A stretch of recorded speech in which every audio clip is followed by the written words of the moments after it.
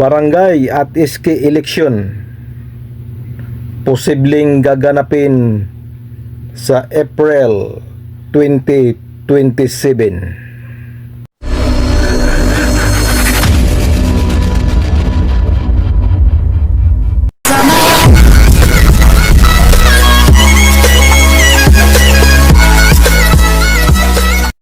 Hello, isang mapagpalang araw ng Lunes po sa ating lahat mga kapobre.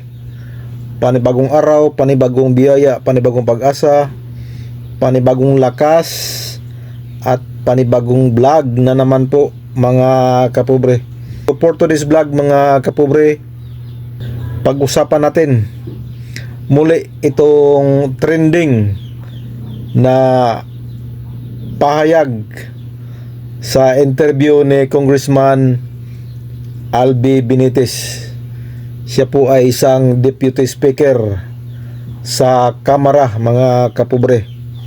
At ang kanyang pahayag ay umani po ng samut-saring reaksyon dahil sabi ni Congressman Albi Benitez, pabor po siya na i-postpone ang nalalapit na November 2, 2026 barangay at SK election.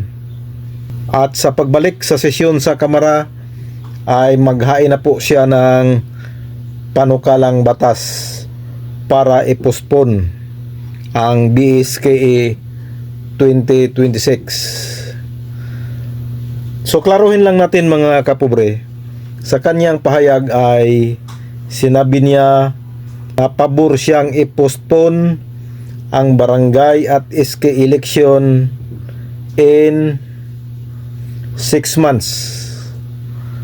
So ibig sabihin, i-postpone ito pansamantala about 6 months. So kung tutuusin, kwentahin natin mga kapobre. So November, December, January, February, March, April. So mga kapobre, kung magkatotoo po ito or ma-approve itong panukala ni Congressman Albi Benitez, ang eleksyon sa barangay at SK ay magaganap ngayong Abril 2027. So yan po, kung susumahin natin mga kapobre ang sinabi ni Congressman Albi Benitez na plano niyang i-postpone to 6 months ang barangay at SK election. So take note mga kapobre, yan po ay plano pa lang ni Congressman Albi Benitez. Sa kasalukuyan po ay wala pa pong panukala. So wala pa pong ibang schedule ang barangay at SK election kundi sa November 2, 2026. Kaya chillax lang yung mga aspirant dyan. At sa mga incumbent, patuloy lang ang inyong pagdadasal na mapostpone muli. Dahil ilang buwan na lang. November na. Ano ngayon? April, May, June, July, August, September, October. So 6 months na lang mga kapobre.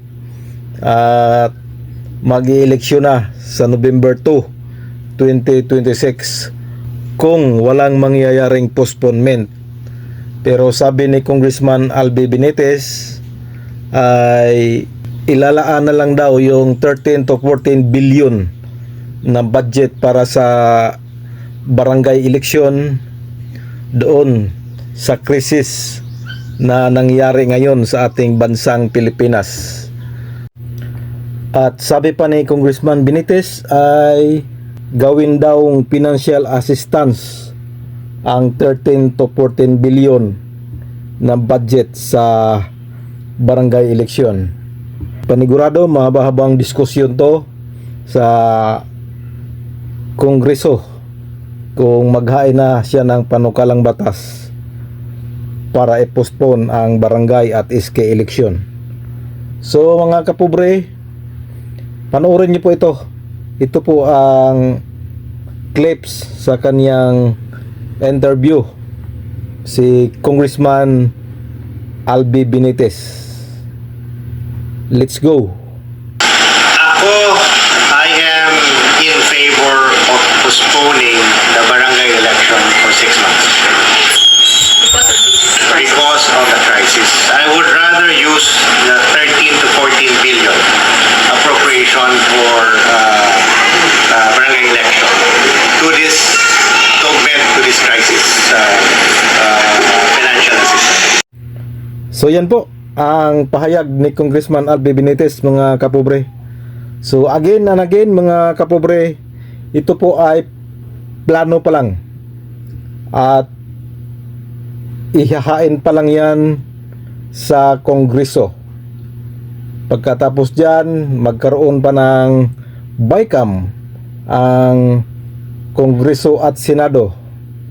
Tapos pipirmahan pa yan ng Pangulo bago magiging isang ganap na batas.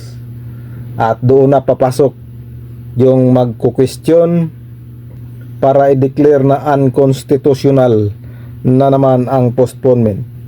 So dito na papasok si Attorney Mac, and of course ang last say diyan ay ang Korte Suprema. So mahaba-habang proseso pa po ito, mga kapobre, pero confirm na si Congressman Albi Benitez ay pabor na i-postpone muli ang barangay at SK election sa November 2, 2026. So antabayan na natin, mga kapobre. So hanggang dito na lang muna ang ating update. This is your Kap John Official, formerly Pobreng Mapalad Vlog. Please support, subscribe, like and share. Bye bye and God bless.